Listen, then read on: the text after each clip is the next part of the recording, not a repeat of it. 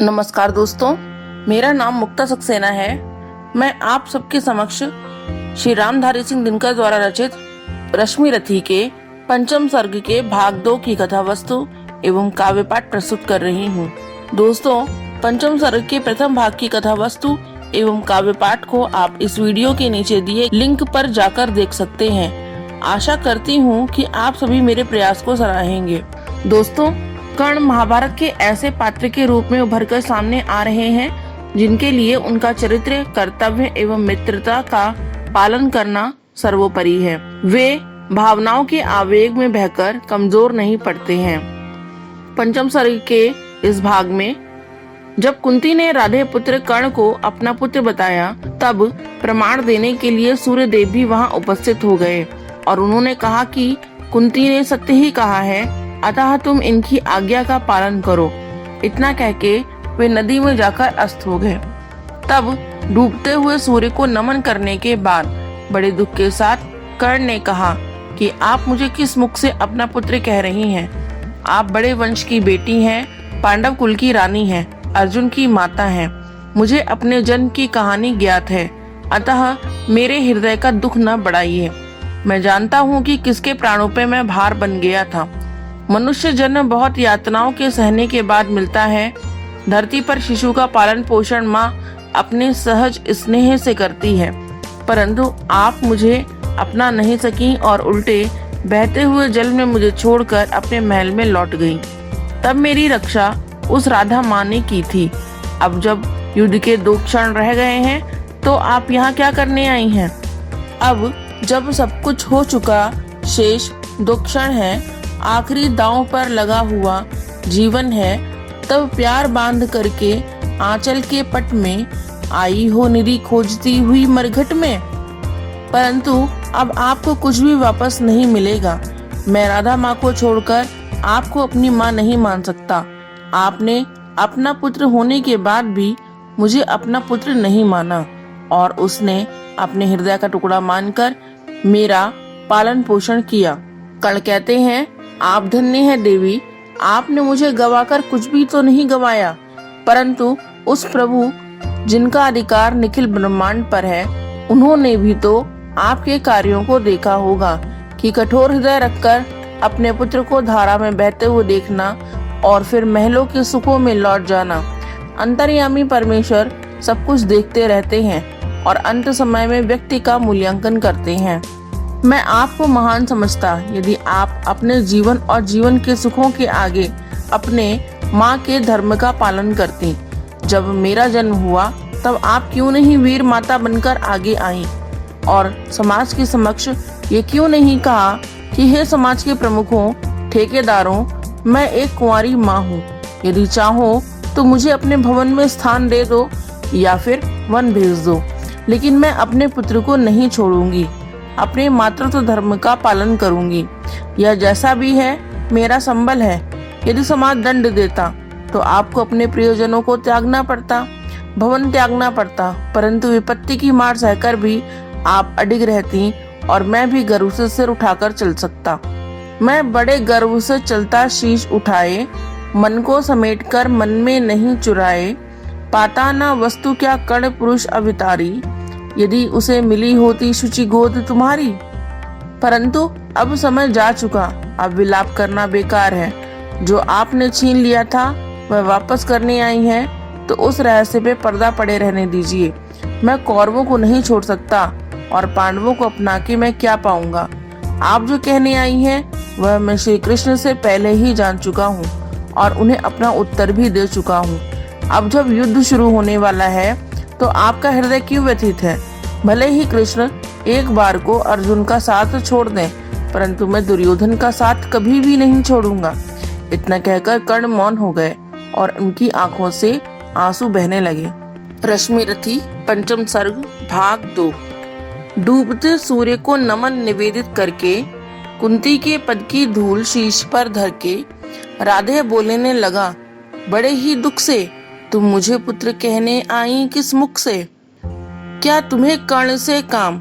सुत है वह तो माता के तन का मल, अपूत है वह तो तुम बड़े वंश की बेटी ठकुरानी हो। अर्जुन की माता कुरुकुल की रानी हो। मैं नाम गोत्र से हीन दिन खोटा हूँ, सारथी पुत्र हूँ, मनुज बड़ा छोटा हूँ। ठकुरानी क्या लेकर तुम मुझे करोगी, मल को पवित्र गोदी में कहाँ धरोगी। है कथा जन्म की ज्ञात, न बात बढ़ाओ, मन छेड़ छेड़ मेरी पीड़ा उकसाओ। हूँ खूब जानता किसने मुझे जना था, किसके प्राणों पे मैं दुर्भार बना था। स विविध यातना मनुज जन्म पाता है, धरती पर शिशु भूखा प्यासा आता है। माँ सहज स्नेह से ही प्रेरित अकुलाकर पैपान कराती उर्से लगाकर। मुखचूम जन्म की क्लांति हरण करती है, दृग से निहार अंग में अमृत भरती है। पर मुझे अंक में उठा न ले पाई तुम, पै का पहला आहार न दे पाई तुम। उल्टे मुझको असहाय छोड़कर जल में, तुम लौट गई इज्जत के बड़े महल में। मैं बचा अगर तो अपने आयुर्बल से, रक्षा किसने की मेरी काल कवल से। क्या कोर कसर तुमने कोई भी की थी, जीवन के बदले साफ मृत्यु ही दी थी। पर तुमने जब पत्थर का किया कलेजा, असली माता के पास भाग्य ने भेजा। अब जब सब कुछ हो चुका, शेष 2 क्षण है, आखिरी दांव पर लगा हुआ जीवन है। तब प्यार बांध करके आंचल के पट में, आई हो निधि खोजती हुई मरघट में। अपना खोया संसार न तुम पाओगी, राधा माँ का अधिकार न तुम पाओगी। छीनने स्वत उसका तो तुम आई हो, पर कभी बात यह भी मन में लाई हो। उसको सेवा तुमको सुकीर्ति प्यारी है, तू ठकुरानी हो, वह केवल नारी है। तुमने तो तन से मुझे काढ़ कर फेंका, उसने अनाथ को हृदय लगाकर सेका। उमड़ी न स्नेह की उज्जवल धार हृदय से, तुम सूख गई मुझको पाते ही भय से। पर राधा ने जिस दिन मुझको पाया था, कहते हैं उसको दूध उतर आया था। तुमने जनकर भी नहीं पुत्र को जाना, उसने पाकर भी मुझे तनय निज माना। अब तुम ही कहो कैसे आत्मा को मारूं, माता कह उसके बदले तुम्हें पुकारूं। अर्जुन की जननी मुझे ना कोई दुख है, ज्यों त्यों मैंने भी ढूंढ लिया निज सुख है। जब भी पीछे की ओर दृष्टि जाती है, चिंतन में भी ये बात नहीं आती है। आचरण तुम्हारा उचित या कि अनुचित था, या असमय मेरा जन्मनशील विहित था। पर एक बात है जिसे सोचकर मन में मैं जलता ही आया समग्र जीवन में। अज्ञातशील कुलता का विघ्न न माना, भुजबल को मैंने सदा भाग्य पर जाना।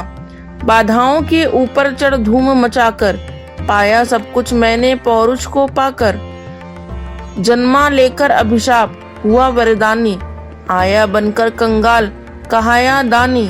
दे दिए मोल जो भी जीवन ने मांगे, सर नहीं झुकाया कभी किसी के आगे।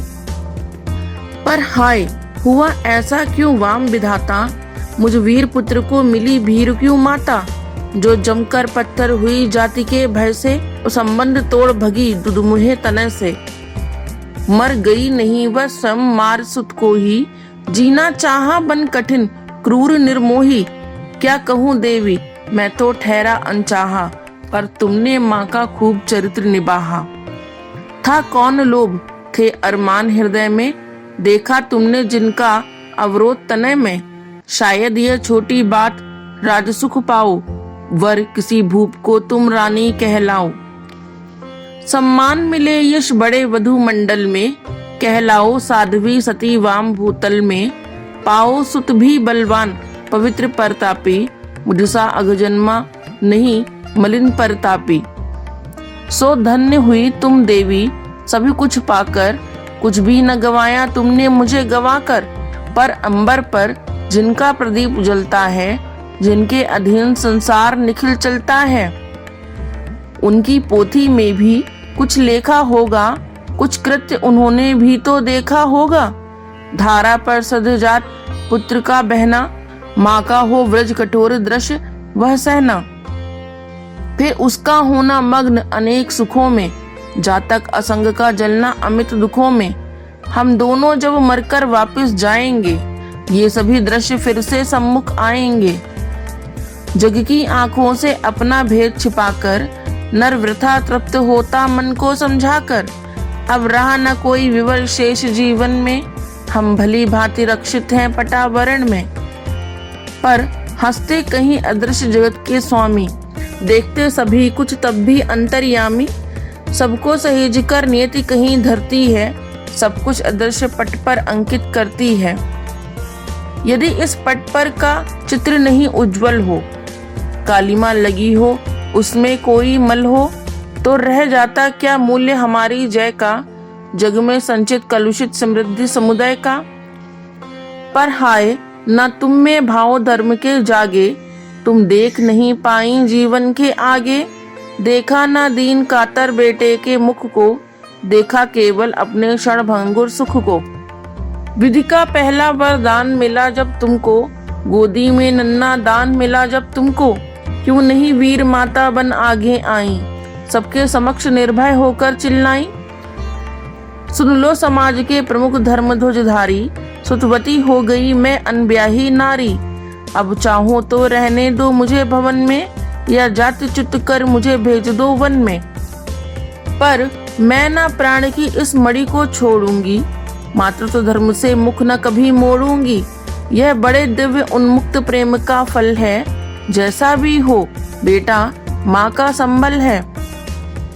सोचो जग होकर कुपित दंड क्या देता, कुत्सा कलंक के सिवा और क्या लेता। उड़ जाती रजसी ग्लानि वायु में खुलकर, तुम ही हो जाती परिपूत अनल में घुलकर।